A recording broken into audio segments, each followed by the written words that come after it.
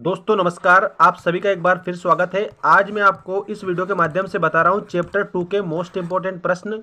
विषय है आपका विज्ञान कक्षा 9वीं और ये वार्षिक परीक्षा की दृष्टि से जो आईएमपी क्वेश्चन है वो मैं आपको बता रहा हूं। किसी भी प्रकार का वायरल पेपर नहीं है और वायरल पेपर के चक्कर में आपको पढ़ना भी नहीं है, फालतू की चीज़ें हैं। ठीक है, आपको जो मोस्ट इंपोर्टेंट प्रश्न है वो मैं आपको इस वीडियो के माध्यम से बता रहा हूँ, तो अच्छे से आप इसको कंप्लीट कर लीजिएगा। इसमें मैं आपको क्या क्या बताऊँगा वो पहले ही हम बात कर लेते हैं।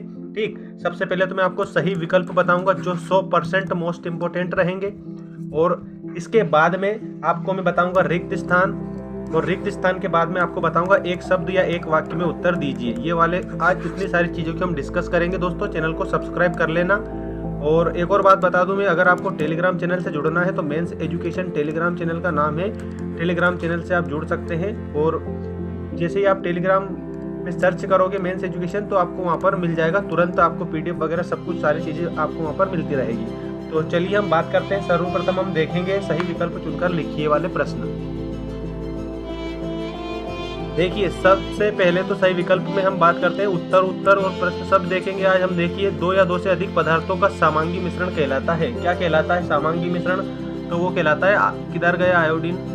ठीक है, आपको यहाँ पर एक बात ध्यान रख लेनी है कि ये विलयन कहलाएगा। ठीक है, क्यों? जैसे मान लीजिए कोई सा भी, एक मिनट के लिए मैं बता देता हूँ। जैसे नमक होता है ना, नमक, तो उसमें क्या पाया जाता है ताकि वो शुद्ध हो जाए, तो उसमें आयोडीन पाया जाता है। ठीक है, आयोडीन पाया जाता है, मतलब आयोडीन का विलयन उसमें होता है, मिला दिया जाता है। तो याद रखना, दो या दो से अधिक पदार्थों का समांगी मिश्रण विलयन कहलाता है। ठीक, इसके बाद में नेक्स्ट क्वेश्चन आप देखिए। नेक्स्ट क्वेश्चन क्या बता रहा है कि विलयन का वह घटक जिसकी मात्रा दूसरे से अधिक होती है और दूसरे घटक को विलयन में मिलाता है उसे क्या कहते हैं? तो यहाँ पर आपको मिलाने वाले को विलायक कहते हैं। ठीक है, और मिलने वाले को विलयन कहते हैं, मिलाने वाले को विलायक कहते हैं, इस प्रकार से। इसके बाद में टिंकचर आयोडीन के विलयन में क्या है, तो इसमें आपको याद रखना है, इसमें आपको आयोडीन याद रखना है। ठीक है, टिंकचर आयोडीन के विलयन में विलेय आयोडीन होता है।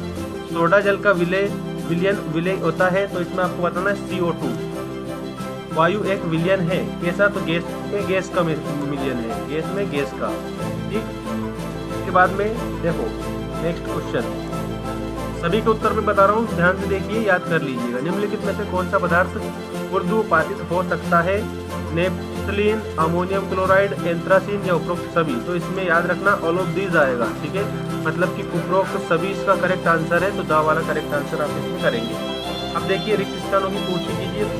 फोम, रबर एवं स्पंज में परिक्षेपण माध्यम होता है। क्या होता है परिक्षेपण माध्यम? तो यहाँ पर ठोस लिखना है आपको। ठीक है, मिल्क ऑफ मैग्नीशिया में परिप्रेक्षण माध्यम होता है, तो यहाँ पर द्रव्य आएगा। सेकंड में आपको द्रव्य लिखना है खाली स्थान में। थर्ड में देखिए टिंडल प्रभाव विलयन द्वारा प्रदर्शित गुण है, तो याद रखना कोलॉइड विलयन द्वारा,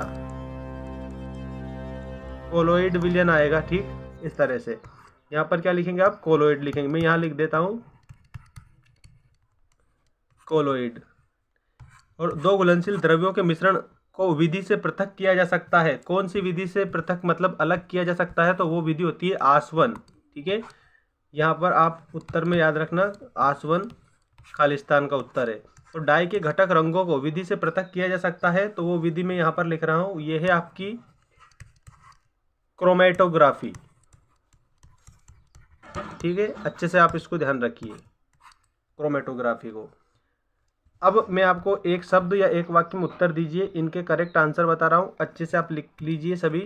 मिश्र धातु पीतल के घटकों के नाम लिखिए। तो याद रखना जिंक एंड कॉपर, ये है। चलो हिंदी में यहाँ पर लिख देता हूँ, जिंक एवं कॉपर इसका करेक्ट आंसर है, जिंक एवं कॉपर। ठीक है, मिश्र धातु में पीतल के ये घटक है, जिंक भी पाया जाता है और कॉपर भी पाया जाता है। इसके बाद में नेक्स्ट आप देखिए, कोहरा, बादल एवं कुहासा में परिक्षेपण माध्यम क्या होता है? तो परिक्षेपण का जो माध्यम है ना वो होता है गैस। शेविंग क्रीम में परिक्षेपण का माध्यम क्या होता है? तो उसमें परिक्षेपण का माध्यम होता है द्रव। इसके बाद में चौथा देखिए, दूध एवं फेस क्रीम में परिक्षेपित अवस्था क्या होती है? तो इसमें भी द्रव आएगा। इसके बाद में जेली एवं पनीर में परिक्षेपित अवस्था क्या होती है? तो जेली में भी क्या आपको लिखना है? द्रव्य लिखना है। और मक्खन में परिक्षेपण अवस्था होती है, तो इसमें आप ठोस लिखेंगे। ठीक है, तो ये आपके एक शब्द एक वाक्य में उत्तर दीजिए, ये भी कंप्लीट हो गए। और अब अति लघु उत्तरीय प्रश्न जो आपको याद करके जाना है परीक्षा में, वो मैं आपको बता देता हूँ। देखिए, आसवन विधि क्या है, ठीक है। इसके बाद में क्रोमेटोग्राफी विधि क्या है, प्रभाजी आसवन किसे कहते हैं, क्रिस्टलीकरण विधि के 2 अनुप्रयोग लिखना है, धातु एवं अधातु में 2 अंतर लिखना है। और इसके अलावा और जो ये क्वेश्चन है ये भी आप देख कर जाइए, याद करके जाइए इन क्वेश्चनों को।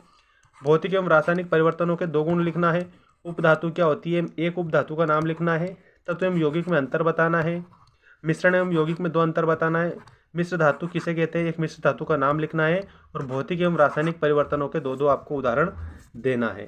तो ये सारी चीज़ें आपके लिए मोस्ट इम्पोर्टेंट है, ये आपको याद करना है, किसी प्रकार के वायरल पेपर के चक्कर में पढ़ना नहीं है, ठीक है। क्योंकि मैंने आपको वायरल पेपर नहीं बताया है, क्योंकि ये मोस्ट इम्पोर्टेंट है। जो आपकी ब्लूप्रिंट किस पर, ब्लूप्रिंट पर आधारित है, ये आपको मैंने पहले ही बोल दिया था कि ब्लूप्रिंट पढ़िए अच्छे से, उसी में से क्वेश्चन आएंगे। ठीक, धन्यवाद।